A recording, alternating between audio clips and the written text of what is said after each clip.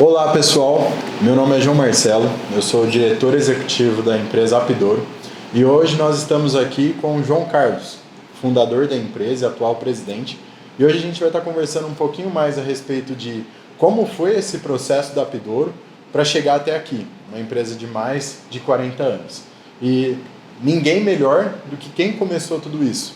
Para quem não sabe, João Carlos também é meu pai, uma pessoa que assim, eu tenho uma admiração muito grande, conheço a história de cabo a rabo, mas é muito legal ele poder compartilhar um pouquinho disso com vocês, bom?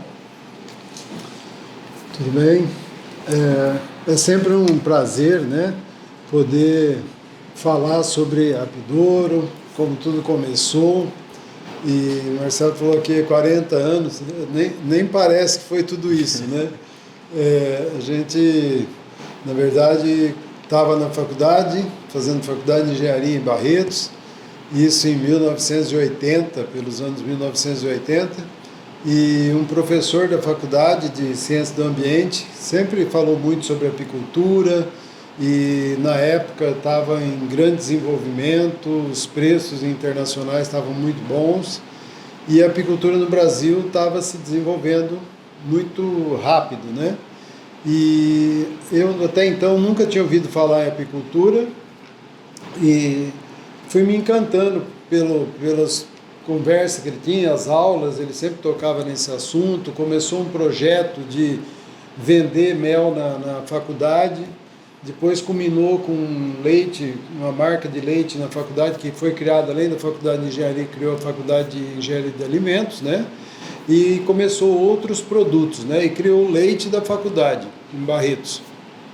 E então, eu comecei a trabalhar nesse projeto na faculdade para ganhar um dinheirinho extra e fui me envolvendo com a questão das abelhas. Me formando em 82, eu passei a trabalhar com as abelhas propriamente dita no sítio de propriedade do meu pai. Aqui nessa região era tudo laranja, e a gente começou meio que, como todo mundo, né? Acho que tirar um enxame de abelha num pneu, numa pilha de pneu velho, num oco de pau, num ramo de árvore.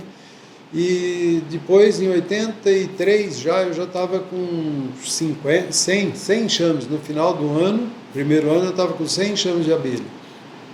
E até vendi o mel para o Mauri Trevisan, que era o professor, né, da faculdade. E aí foi assim que tudo começou, né? De uma forma bem artesanal, sem muito conhecimento, né? E isso foi se profissionalizando. A gente, em seguida, partiu. Eu verifiquei que era isso que eu queria, né? A apicultura foi uma paixão assim à primeira vista. E minha mãe até comentou que meu avô, Tomás da Forga, ele fazia uma apicultura, aquela apicultura bem assim, como era antigamente, nas caixas de querosene, né, que vinham umas caixas, punham de boca para baixo no estaleiro, passava uma erva cidreira e as abelhas se juntavam ali e tiravam aquele mel. Então eu nem sabia, até então nem sabia que meu avô tinha tido essa parte de apicultura, porque ele, na verdade, ele mexia com gado. E então eu comecei a mexer com isso, me dei muito bem. Em questão de 2 anos, eu já estava com 200 e tantos enxames de abelha, já assim, uma coisa mais profissional. Já comecei a transportar abelha para o eucalipto, né, fazer apicultura migratória. E foi nessa fase que entrou uma outra pessoa importante na história da Apidouro, que foi o senhor Marcos Santin, empresário aqui de Bebedouro. E ele se associou com a empresa, até o nome Apidouro foi ele que criou, que no início não era esse nome, né? E então me deu possibilidade de profissionalizar mais as coisas, fazer apicultura migratória. Em seguida partimos para tirar um CIF. Então a coisa foi tudo fluindo, né? Mas foram assim alguns anos para isso tudo acontecer. Eu cheguei no máximo de 350 colmeias e ficamos uns 10 anos nessa questão de abelha, de criação de abelha, de fazer apicultura migratória, apicultura meio mais assim profissional mesmo, né? Isso foi em meados de 85, mais ou menos, que surgiu a empresa de fato, né? A Apidouro, isso. Hoje Nossa. a gente está com quase 40 anos, né? É isso mesmo. E por que o nome Apidouro?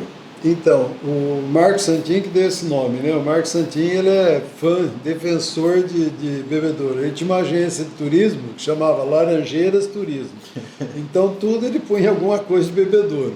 Então, como era apicultura, apidouro quer dizer apiários de bebedouro limitada. Foi criado com esse nome, né? E foi mudando com o tempo, porque foi aparecendo a exportação, né? Então, foi...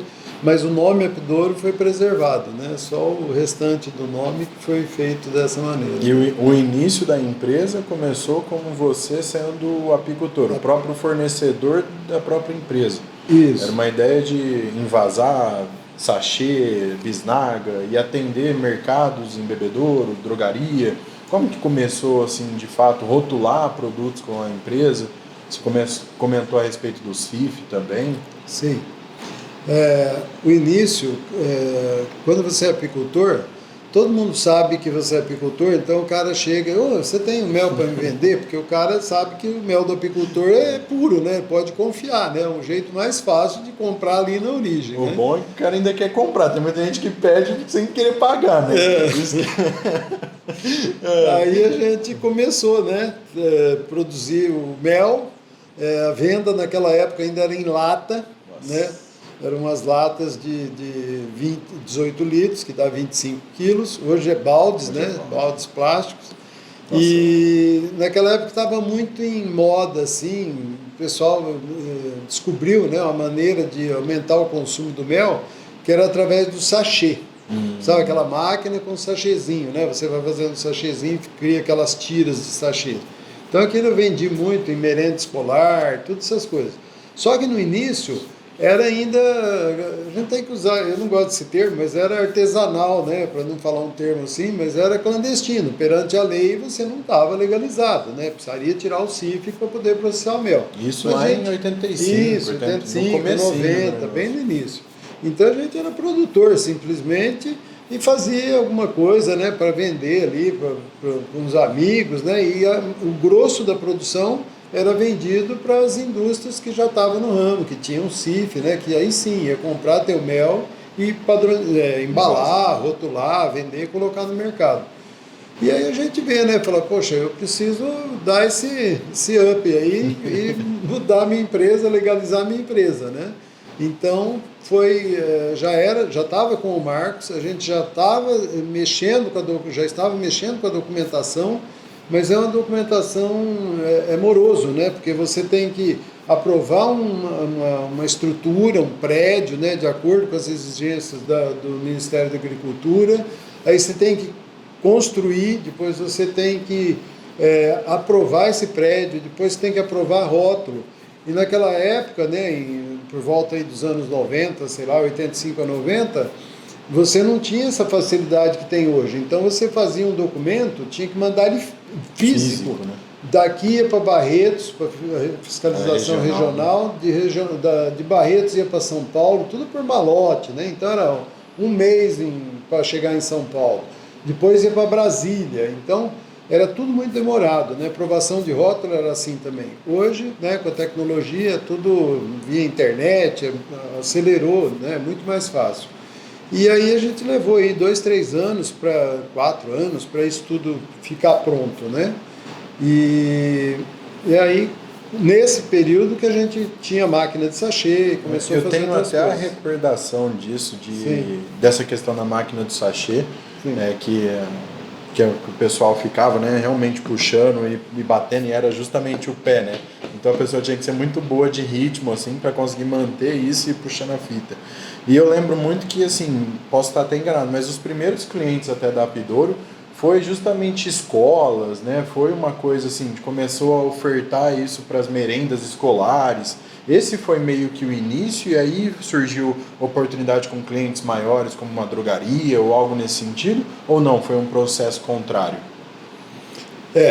O início foi com a máquina de sachê, que foi profissionalizando, foi com a máquina de sachê, porque a gente descobriu que justamente esse mercado de escola, né, de merenda escolar, é a maneira mais fácil, né? Porque pensa bem, como é que você vai dar mel para 200 crianças, né? você teria que, sei lá, uma colher, como é que você vai pôr isso no pão, escorre, né, cai no chão, sei lá. Então o sachêzinho era a coisa mais E é higiênica, docinho, né? A fácil, né, criança fica... consumir. Então começou assim, foi forte esse mercado na época. E nesse momento já era só mel ou já tinha algo de própolis? Porque a Apidoro em si começou a exportação, né? Poucas pessoas sabem disso, né? Sabem da história, do início da exportação, mas antes da exportação do próprio mel, a Apidoro já realizava exportação, né?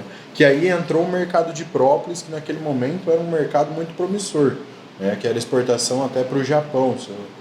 E como que foi esse processo? Porque entra uma dificuldade de frete, entra a dificuldade de nunca ter trabalhado com uma exportação propriamente dita.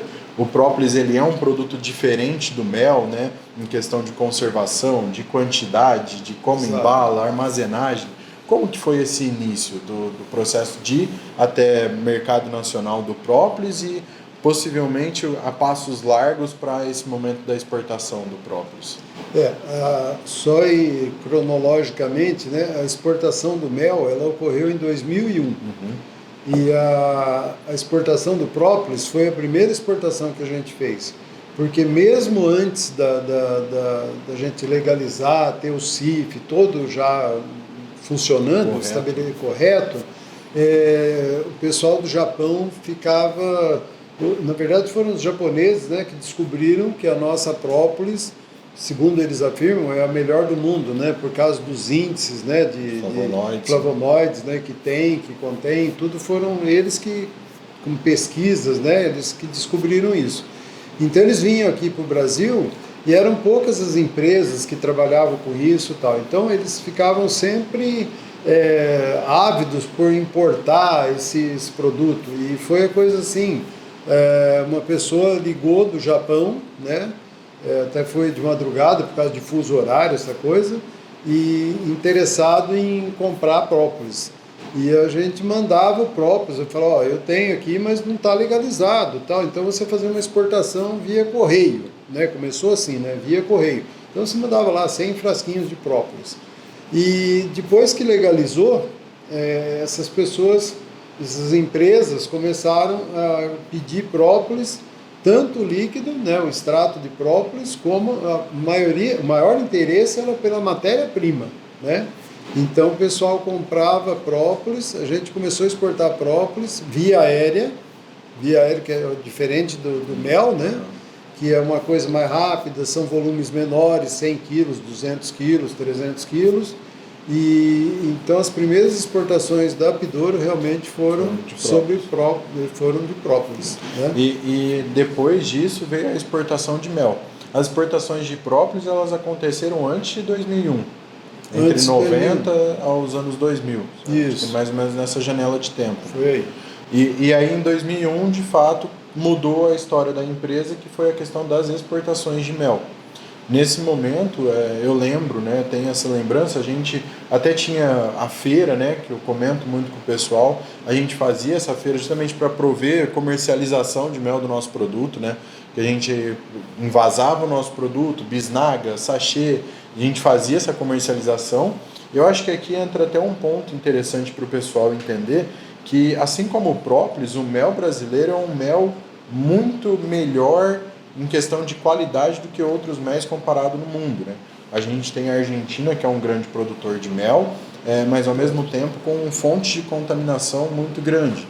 Então, quando você analisa quimicamente o mel da Argentina, você vai encontrar resquícios de amitraz, que o pessoal utiliza para combater varroa, que é um grande problema, antibióticos por conta da abelha, né? Que o pessoal tem na Argentina, que é preciso você medicar a abelha para que ela tenha uma saúde e produza mel. Aqui no Brasil é um pouco diferente, porque a nossa abelha é uma abelha muito forte.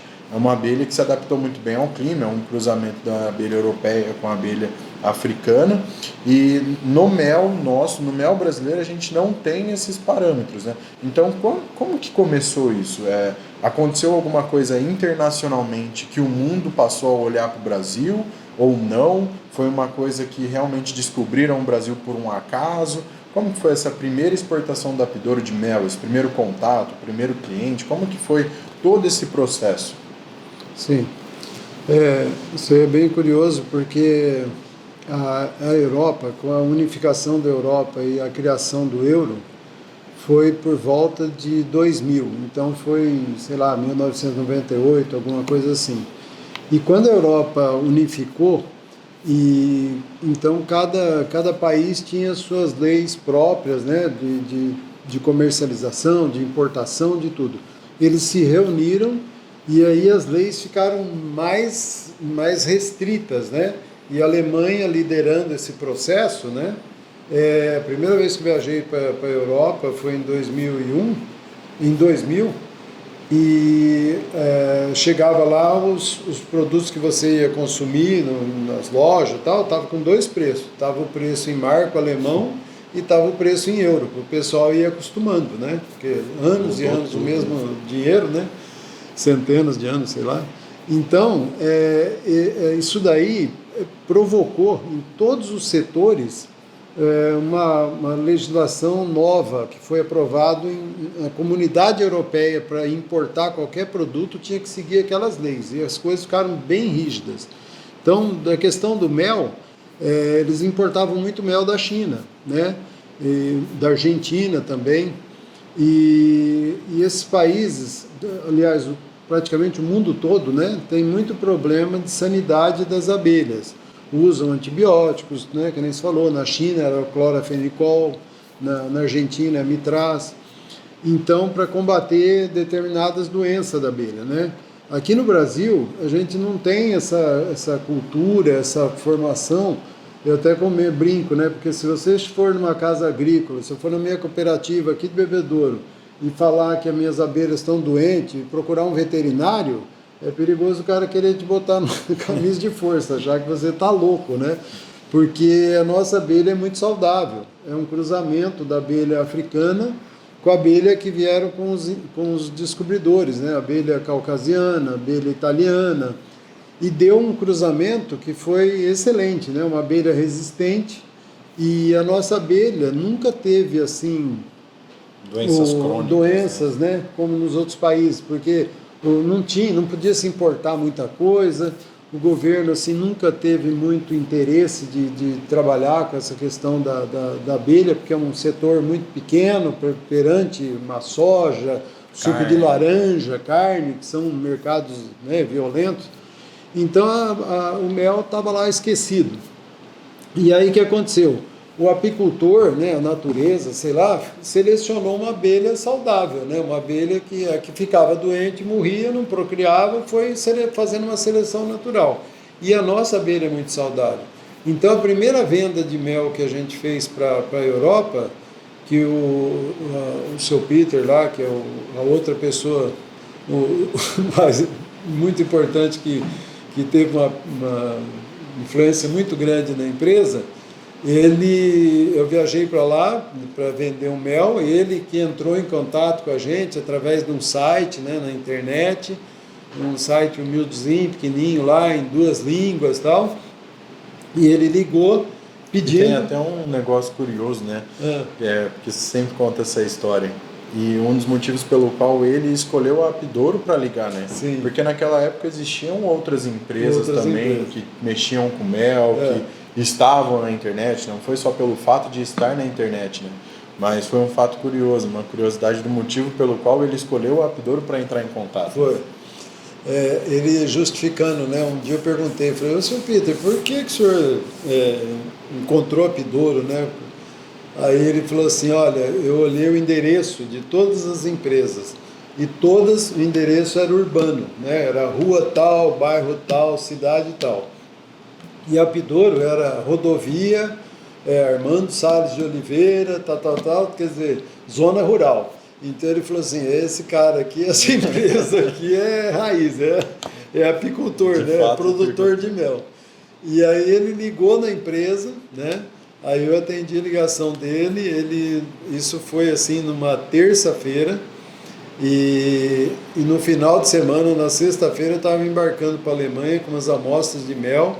Ele me pediu para mandar pelo correio, e sem confiar que chegasse pelo correio, podia ter algum problema de alfândega, ele falou, já que o senhor vem também, então me traga as mesmas amostras, né?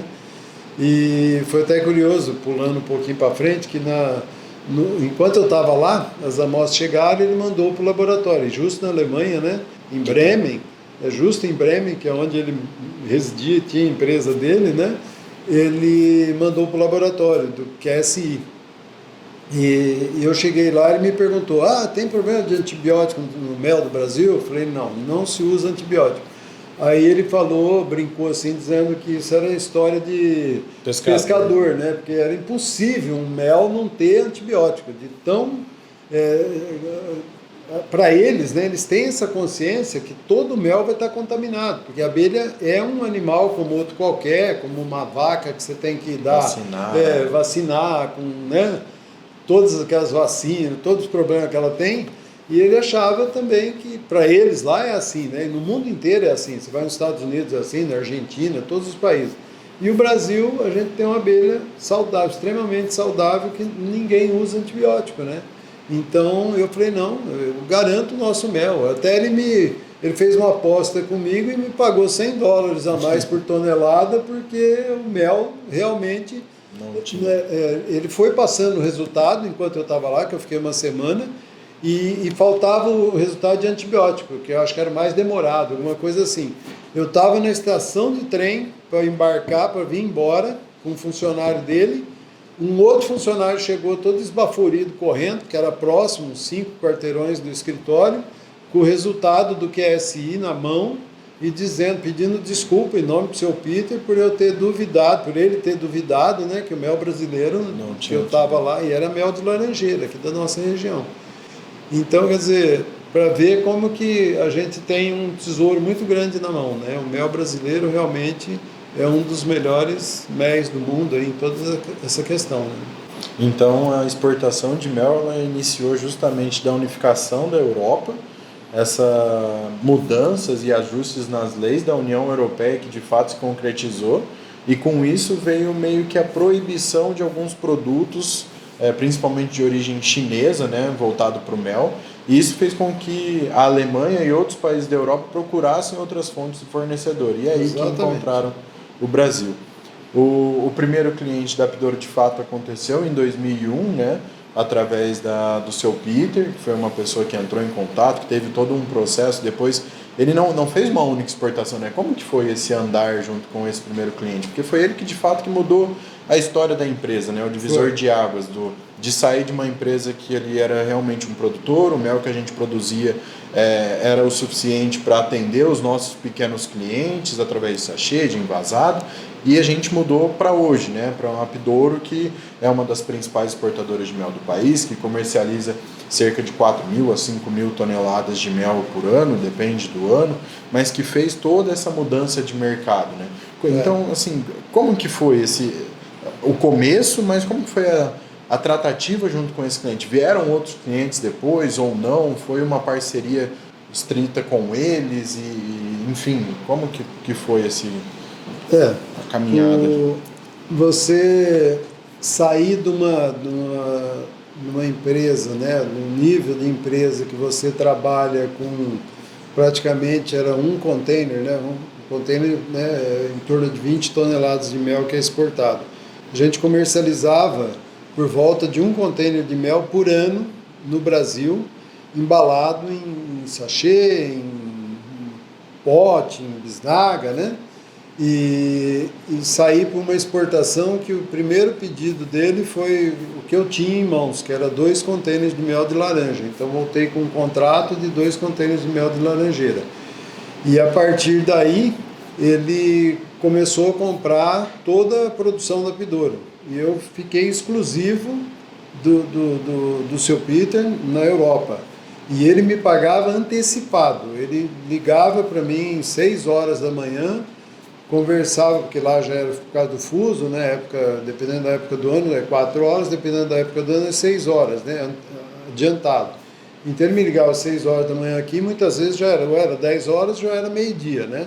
Então ele ligava, comprava lá 4, 5 contêineres de mel. Então eu estou fazendo depósito. Ele falava um português meio de Portugal, assim, né? Meio puxado. E quando era 10 horas que abriu o banco, o dinheiro estava lá na conta, né?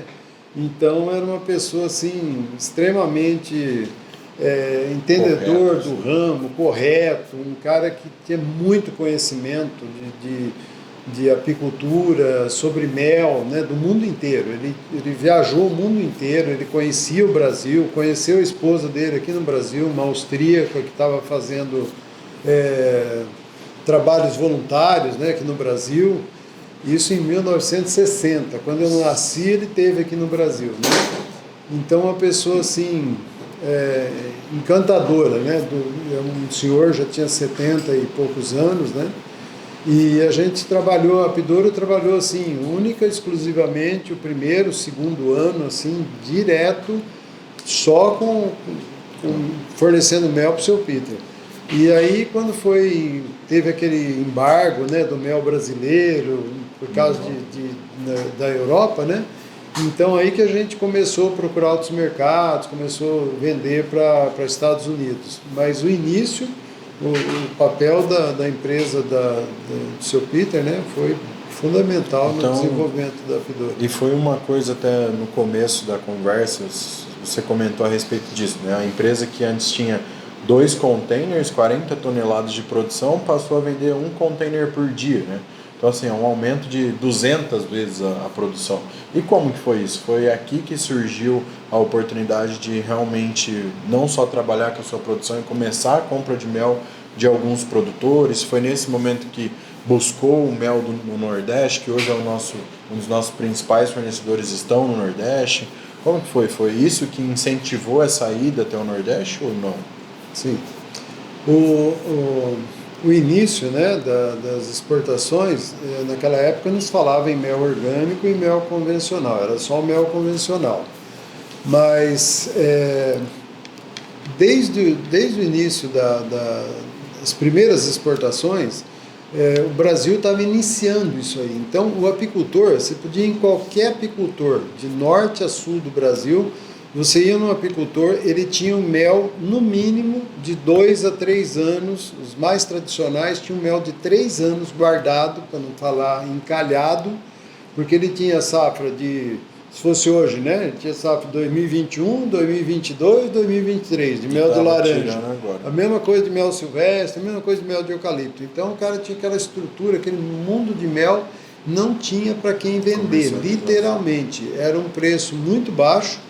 E, assim, o escoamento desse mel era muito difícil. As empresas, mercado interno, só mercado interno.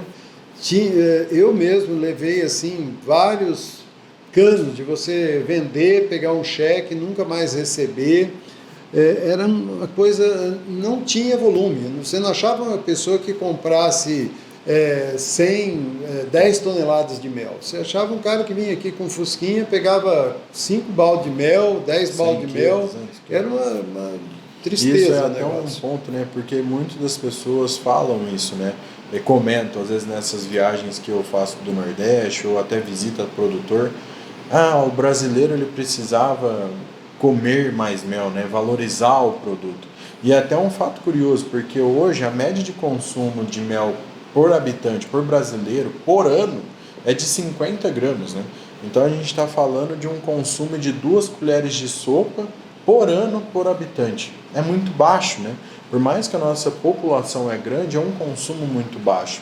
E quando a gente olha para os Estados Unidos, ou até mesmo para a Europa, o consumo dos Estados Unidos é 20 vezes maiores, né? Ou seja, é 1.000 gramas por habitante por ano, né? É 1 quilo. Já a Europa, que é maior ainda, a Europa é cerca de 1.500 gramas, né? 1,5 kg por habitante por consumo, por ano. E eu acho que isso muito que se dá a questão de por que exportar? Porque existe um mercado lá fora que demanda por esse produto. E aqui entra até um ponto legal, né? Que você trouxe isso rapidamente, que foi quando a Europa de fato bloqueou as importações de mel brasileiro para a Europa. Não foi algo exclusivo da Apidouro, né? Foi algo exclusivo com o Brasil e outros países que encontraram uma bactéria no mel. E foi até aqui que aconteceu algumas mudanças na legislação, né? Que teve até uma interpretação da norma um pouco errada por parte do governo brasileiro, que passaram a exigir que as casas de mel, né, as casas de extração de mel, elas fossem cifadas, né? E que de fato não fazia muito sentido. É como se o curral que extrai o leite tivesse que ter cifre. É uma coisa que racionalmente falando, né, não fazia muito sentido. Mas aconteceu esse período de tempo, que foi um período que a Apidoro e outras empresas se viram assim, da noite para o dia, sem clientes. E aqui que surgiu a necessidade de você pivotar a empresa para um outro mercado, que no caso foi o mercado americano. E que hoje, né, desde então, continua sendo o mercado mais forte. Então, assim, a exportação ela veio, né, como uma via de mão dupla. Eu gosto de falar assim, foi uma estratégia que auxiliou muito os produtores que tinham mel, que não tinham comercialização nacional e que passaram a poder ofertar esse produto, a colocar esse produto internacionalmente falando. É claro que quando a gente fala de exportação, muitos dos produtores pegam na questão do preço, principalmente hoje em dia, né? E eu falo que é uma via dupla porque ao mesmo momento que eles dão a demanda para esse produto, a gente passa também a cotar um produto internacionalmente. E aqui entra uma série de fatores. Entra a questão de variação cambial, que é a questão do dólar contra o real. Entra uma questão de flutuação de mercado de demanda, de oferta. Tudo isso impacta. E como que foi, nesse momento, as compras de mel, você comentou que chegava num produtor e tinha produtos de 2, 3 anos atrás. E hoje a gente vive uma realidade diferente, que o produtor, se ele tiver um mel, ele vai conseguir vender. Como que foi esse início, né? Porque aí eu acho que de fato constrói uma empresa, questão logística, questão embalagem, questão operação, prédio, maquinário, estrutura. Como que foi essa adaptação da Apidoro também nessa mudança de demanda, oferta, enfim, todo o processo, certificações que entram também aqui? Sim. No início, né, o pessoal tinha necessidade, como você disse anteriormente, eles se viram, foi proibido a entrada do mel chinês na Europa, porque os níveis de contaminação de clorofenicol era uma coisa assustadora, absurda. Então eles correram atrás de um mel que eles não sabiam direito que o mel brasileiro, né, era desse jeito, mas não conheciam o mel brasileiro. Então, a partir do momento que eles começaram a receber mel do Brasil, e o mel do Brasil não tinha contaminação de antibióticos, eles cansaram de fazer a análise no nosso mel. E, inclusive, o embargo, me ajuda, deixa eu só fazer um parênteses aqui, o embargo que a Europa fez no mel brasileiro foi porque eles tinham tanto medo de receber méis contaminados, altamente contaminados, alguma coisa do tipo, que eles exigiram do governo brasileiro que o Ministério da Agricultura fizesse um controle dos contaminantes que tinham no mel. Então, o governo tinha que vir coletar as amostras nas empresas exportadoras, principalmente, e fazer essas análises.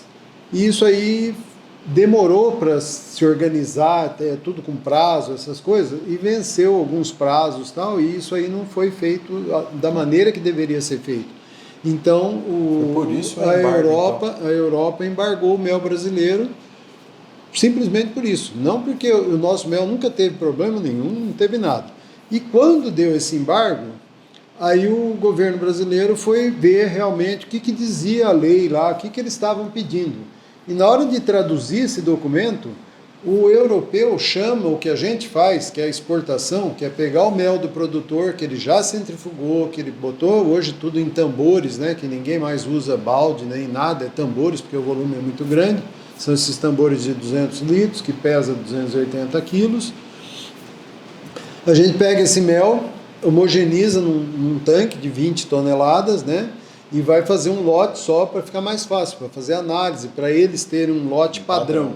A questão da tradução que eles foram fazer do documento, eles entenderam que eles chamam esse processo que a gente faz de homogeneizar esse lote de 20 toneladas, de padronizar isso aí, embalar e mandar esse lote para eles, eles falam que isso aí é uma produção primária, que você pega isso aí é uma produção primária. Por quê? Eles têm razão. Porque eles vão importar esse mel num tambor, igual se fosse do produtor, só que para o mel sair do nosso país, o produtor não pode fazer isso, tem que passar por um entreposto. Mas o entreposto, ele basicamente ele não faz nada, ele só vai pegar o mel, homogeneizar e padronizar do jeito que o cliente quer. E normalmente é a cor que manda, né? É o mel silvestre, umidade, HMF. Com a cor tal, umidade tal, HMF, né? E aí, eles chamam esse processo de processo primário. E na tradução dessa documentação, o Ministério da Agricultura do Brasil entendeu que para fazer o processo primário tinha que ter CIF. O que é o processo primário na cabeça deles? Era o apicultor, era o produtor rural. Então, eles achavam que o apicultor tinha que ter um CIF. Aí começou a exigir que as empresas tivessem CIF. E isso levou um ano para voltar, depois do embargo, para se adaptar minimamente às empresas, às regiões, principalmente a região Nordeste, que é muito mais difícil, né? São pequenos produtores, muito maior, né? Muito maior de apicultores. Em si, né, ele não produz 20, 30, 50 toneladas. São pequenos produtores. Então, você imagina a quantidade de aberturas de novos CIFs para, meu Deus do céu. Sobrecarregou tudo e aí dificultou. E isso é uma exigência da Europa, para exportar para a Europa. Para exportar para os Estados Unidos, não precisava disso. Então foi onde que a coisa começou a direcionar mais para os Estados Unidos. Entendi. E aí, desde então, o mercado americano em si é um mercado mais forte hoje, vamos falar assim, das exportações. Isso. Não só... Os Estados Unidos é um mercado que ele tem uma demanda muito grande, porque a gente entende que eles compram mel de vários países, homogeneizam e exportam ele envasado. Né? Essa é a conclusão que a gente chega, que entende desse mercado. Porque eles até mesmo têm para a indústria, né? Eles têm uma produção muito grande e importam mais do que eles produzem e exportam uma quantidade muito grande. E exporta sempre envasado, né? Entendi. E nesse momento a gente já vê o governo olhando um pouco mais para o mercado de mel, né? A gente teve essa barragem que teve, né, com as exportações, e hoje a gente vê um mercado de mel mais consolidado, né? Isso a gente está falando lá meados de 2005 para 2006, esse bloqueio da Europa foi ali de 1 ano a 1 ano e meio, né? Algo nesse sentido. Foi um processo doloroso, porque também não é da noite para o dia que você consegue clientes em outro país, né? Existe toda uma preparação, uma fomentação, um envio de amostra, até você encontrar o seu cliente numa época, né? Que hoje é WhatsApp, reunião online, você conversa com as pessoas, né? Antigamente era fax, né? Era um e-mail, então para essa negociação toda é uma dificuldade muito maior, né? E hoje a gente vê um mercado de mel mais consolidado, um mercado de mel que já tem padrões e exigências internacionais, entra-se aqui também o lance das certificações orgânicas, né, da TrueSource, por exemplo, e aonde que hoje a gente vê um mercado que ele é muito dividido, mel convencional e mel orgânico, com 2 preços no campo, 2 preços internacionais, e muitos produtores me questionam isso. Todo mel é orgânico, né?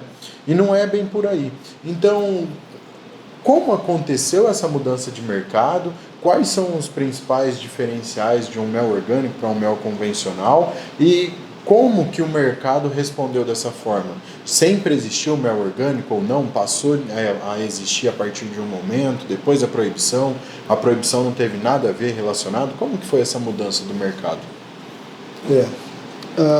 As exportações, elas no início, né, a demanda era muito grande e a gente tinha um estoque muito grande, como eu disse, né, os produtores tinham esse mel em casa, lá nas empresas, e não tinha para quem vender. A exportação veio como um salvador da pátria, né?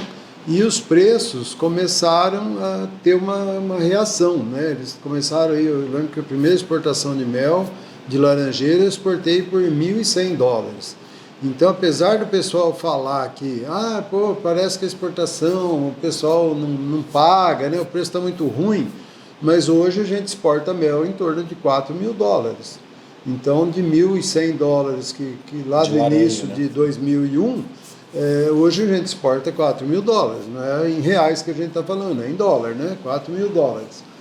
E mel comum, ele varia um pouco mais, por causa que tem a concorrência mundial, né? Então, embora o nosso mel ele não tenha esses contaminantes todos, né? Clorafenicol, amitraz, os antibióticos todos, existe algum problema de pesticida em algum mel de laranjeira, um caso muito específico, e aí o calcanhar de Aquiles do mel brasileiro, o pessoal foi descobrindo, né, porque eles fazem muita análise, muita coisa, eles descobriram que era o glifosato. Então, quando se começou a falar em mel orgânico, lá em 2008, por aí, começou a se falar em mel orgânico, até foi o Justiça Seja Feita, né? Foi a Searap que saiu acho que foram as primeiras exportações de mel orgânico do Brasil, foram feitas através da Searap, que era uma empresa, o rapaz era aqui de São José dos Campos, né? O Paulo Levi, que hoje não está aqui no ramo, né? Não está mais morando no Brasil, mas ele montou uma empresa no Ceará, daí o nome, Searap, né?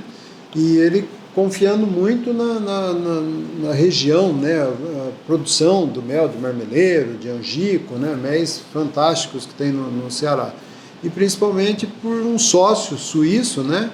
Que é o Bozia, eu não lembro o primeiro nome dele. E esse Bozia, ele era da fiscalização do Ministério da Agricultura da Suíça. Então, ele sabia da necessidade do mel certificado, do mel puro. Não adiantava falar que o mel brasileiro era maravilhoso e que o mel do Nordeste era mais puro ainda, sei lá, né? Não tinha problema de glifosato, a gente tinha que provar isso. Então foi onde começou os primeiros projetos orgânicos do Brasil, foi nessa época, e depois isso aí, né, se estendeu para todo o Brasil, porque hoje o Brasil é, sem dúvida, o maior exportador de mel orgânico do mundo, né? A gente exporta aí em torno de anos bons, em torno de 35 mil toneladas de mel orgânico, enquanto outros países produtores também coisa de 1.000 toneladas, 2.000 toneladas, né? A Argentina está aqui, é um grande produtor, exporta aí 10, sei lá, 20, 30 containers, Chile a mesma coisa. Eu não sei qual seria, eu não sei nem qual que é o segundo, vou dizer agora assim de improviso, qual que é o segundo maior exportador de mel orgânico. Então, e o mel orgânico, ele meio que, com o passar dos anos, com a exigência das certificações, né, porque não dá para falar os detalhes de uma certificação orgânica que é bem complicado, assim, tem muitos detalhes, né, muita exigência das certificadoras.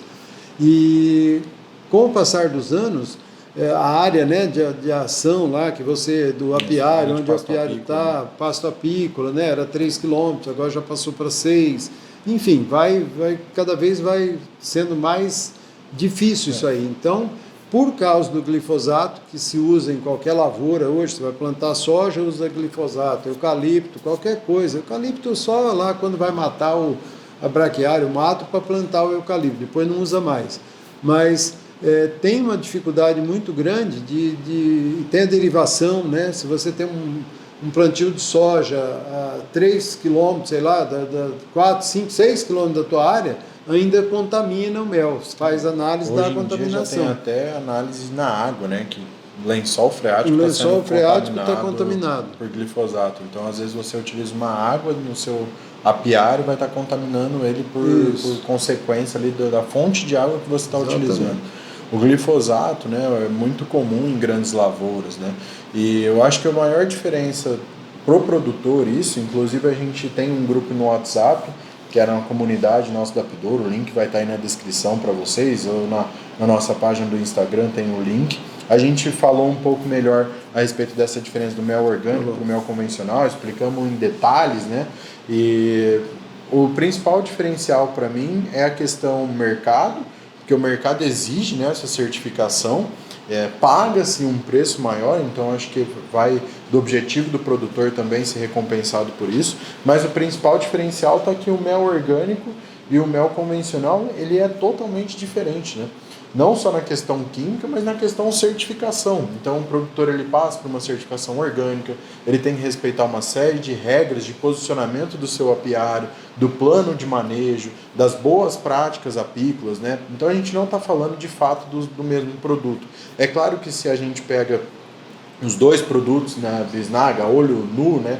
É o mesmo mel, mas quando a gente vai para uma derivação de manejo, boas práticas, onde foi colhido, especificações químicas, eles se diferem totalmente. Mas aqui, acho que a gente até tratou de bastante assuntos. Vejo que hoje o Brasil ele precisa sim explorar um pouco mais essa questão do mercado orgânico, né? Vejo que a gente tem a questão do própolis, né? E até a gente tratou isso no começo, depois parou, mas o Brasil ele também é produtor do própolis verde, né? Que é um própolis assim reconhecido internacionalmente, mas também do própolis vermelho, né? Que é um própolis extremamente raro, né?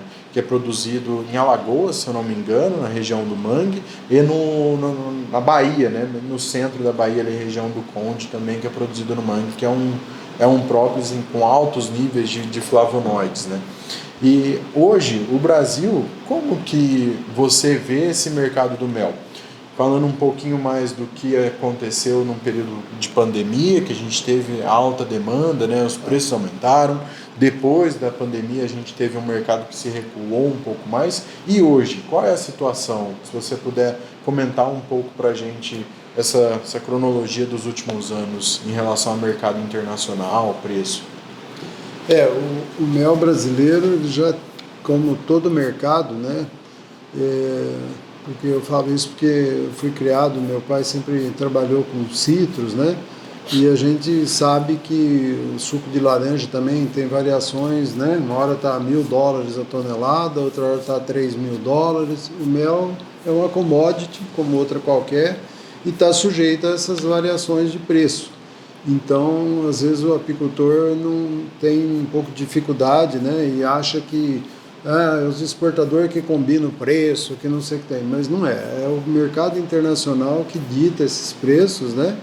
E um exemplo você acabou de falar da pandemia, né? Teve uma demanda muito grande, mel anteriormente tinha chego a $3.750 a tonelada, mel orgânico, e depois, um pouco antes da pandemia, ele caiu muito de preço e estava em torno ali de $2.000 e poucos dólares, $2.500, alguma coisa desse tipo. Estava muito barato, chegou acho que a R$5, R$6 para o produtor, R$4, uma coisa absurda. Mas com a pandemia, tanto o mel como a própolis, né? O pessoal queria ficar mais saudável, né? Queria ter uma defesa melhor do organismo, né? Um alimento natural, a própolis, um medicamento natural, combate vários parasitas do corpo, aí, bactéria e tal. Então, tudo dobrou de preço, triplicou de preço. E o mel não ficou para trás. O mel teve uma demanda muito grande, né? Se vendia tudo, e está muito recente isso na cabeça do apicultor, né? Então, eu não podia tirar um melzinho lá que tinha 10 compradores em cima querendo comprar para exportar. E o preço, né, voltou àqueles preços bons, né, de $3.000, né, a tonelada, e isso aí foi repassado para o produtor. E aí depende um pouco do câmbio também, né, mas que o câmbio faz tempo que está aí de R$4 a R$5, né, então você convertendo isso aí deu um preço excelente para o produtor. Vivemos dias maravilhosos. Aí com o final da pandemia, com a criação da vacina e tal, o mercado voltou ao normal. Na pandemia se fala em 30%, né, o aumento de consumo, né, que os clientes falam para a gente de consumo do mel. E aí, com a criação da vacina, tudo esse negócio, o mercado teve que se adaptar de novo. E no ano de 2021, né, se eu não me engano, que foi finalizou, 2022, né? 22, né? O mercado ficou desaquecido, porque eles tinham um estoque que não tinha sido vendido, né? Em 2021 eles compraram como se 2022 fosse ser um ano normal de novo, e não foi, né? Então aí o mercado retraiu muito. E os preços, né? Oferta, lei da oferta, demanda, né? Então caiu bastante o preço. E agora nós estamos numa escalada de retomada de preço, está sendo bem lento, né? Inclusive a gente acha que não é. O ano de 2023 foi um ano devagar, né? Foi um ano assim de mínimas, né? Nos últimos 5 anos, né? A gente teve preço de mel chegando a $2.000, né? $1.900 a tonelada. Exatamente. Não só para o Brasil, não só orgânico, isso no mundo todo, né? A Argentina comercializando $1.400 a tonelada do mel convencional, né? Então, mas eu vejo muito que o ano de 2023 foi o final, né? Aquela última torcida no pano, chegamos aqui no fundo do poço e não tem mais para onde ir, né? O mercado também gastou todo aquele estoque que eles haviam construído e não haviam vendido. E no final de 2023 para início de 2024 a gente já viu uma mudança por parte dos clientes, né? Os clientes já mais abertos a novos contratos, né, dispostos a pagarem um pouco melhor também, acompanhando uma subida de preço. Hoje a gente fala de preço aí de 2.700, né, 2.800 em alguns contratos específicos, de preços específicos, mas o que a gente vê também é um mercado mais controlado, né? Não é porque a gente foi no fundo de um poço, vamos dizer assim, que a gente vai voltar, né, e vamos preços estratosféricos como foi a questão de um caso muito específico da pandemia, né? É isso que eu gosto de falar um pouco para o produtor, assim. Hoje preço de mel, a gente fala em torno de mel orgânico, né? Hoje, em torno de 9 a 9,50 aí para o produtor, mel convencional em torno de 7, 7,50, né? Existe essa discrepância, essa diferença de preço, que é justamente a diferença do preço internacional, né? Isso só é ajustado junto com o produtor. Mas vejo um mercado otimista também, né? Vejo um mercado comprador, não a níveis, né? Não que isso vá agora, final do ano, o preço de mel é R$20, não é isso que eu quero dizer, mas vejo um mercado que existe uma demanda. Foi o contrário do ano passado, né? Que os preços estavam ruins e você não tinha demanda, né? Os clientes não queriam comprar por conta, enfim, que a gente já tratou aqui. Mas esse eu acho que é um panorama de mercado. Bom, pessoal, a gente quis trazer esse conteúdo em formato diferente, uma conversa mesmo, para compartilhar informações com vocês. A gente quis tratar um pouquinho, pegando uns apanhados de tudo, né? Então a gente começou lá como a empresa começou, a história da empresa, as primeiras exportações, mudanças no mercado, até fechar aqui com o mercado em si, né, propriamente dito, e preços. Quero agradecer a participação de todo mundo, quero principalmente a participação do meu pai, João Carlos, presidente, fundador da empresa. Assim, é uma honra estar aqui, poder compartilhar essa vivência, essa história. Quero pedir para vocês que não participam da nossa comunidade no WhatsApp, para clicar no link da descrição, para clicar no link do nosso perfil, acessa, a gente compartilha conteúdos diários lá. Estamos sempre em contato com os editores. E quero passar a palavra para o meu pai, estou sendo que é um fenômeno, muitas de vocês já conhecem, sabem do nosso trabalho, e fica aqui o meu muito obrigado. É sempre assim, um orgulho, né? O Marcelo aqui falando, na hora que a gente foi comentado no seu Peter ali, imagina você sair aqui do Brasil, você acabou de entrar no mercado de engasado, essa coisa, né? Por muitos anos, 15 anos, 20 anos, eu fui apicultor. E aí você teve a oportunidade de negociar na Europa. Aí quando eu cheguei na empresa, lá no seu Peter, eu estou vendo ele na foto aqui atrás, cheguei lá na sala de reunião da diretoria, ele me levou no primeiro dia que eu cheguei lá, umas 7 horas da noite, estava meio o stand e tal, e ele me levou na empresa dele, era um sábado, e ele me levou na empresa dele para mostrar na empresa, abriu tudo lá, foi numa sala de reunião, parecia sala de associação comercial aqui no Brasil, assim, sabe? Aquele negócio, o bisavô dele, que foi o fundador, né, o pai dele, o avô, o pai dele e tal, tinha na época, 138 anos com a empresa Sopi. E eu, assim, trabalhava com apidouro, mas a gente, no Brasil, uma empresa com 20 anos, com 10 anos, né, que já tem, nossa, a empresa tem 20 anos, tem 10 anos, né? E aí você já faz mais 20 está design para esporte, a empresa está com mais de 160 anos lá, né, de fundação. E ele falou para mim, mostrou uma foto, lá tinha uma foto da Primeira Guerra Mundial, a empresa dele totalmente destruída, depois a empresa de novo construída, a Segunda Guerra Mundial. Aí eu vi aquilo para mim foi uma lição de vida. Eu falei assim, meu Deus do céu, eu preciso, a gente tem que deixar um legado, né? A gente tem que construir uma história, você tem que passar, né, essa paixão, porque a gente, você cria os filhos, você dá uma formação e depois, se você não tiver uma maneira de passar mesmo essa vontade, essa gana que você tem de mexer com esse produto, isso vai se perder. Então eu falei, poxa, como é que eles conseguem, né? 4, 5, 6, 7 gerações, as pessoas mexendo com a mesma coisa. Então, quando eu voltei de lá, eu voltei com uma certeza. Que eu ia, assim, fazer de tudo, né? Que ia influenciar meus filhos a seguir o que eu estava fazendo. E hoje, a gente sempre trabalhou, eu e a Meire, depois a gente conseguiu trazer os filhos. Nós trabalhamos 3 filhos aqui, né? A Mirella, a Marcela, a Camila. Até a Marcela foi o último que chegou por causa de estudo. E batendo esse bate-papo, né? A gente dá para perceber que acho que ele é tanto quanto ou mais, né? Deixa eu aqui,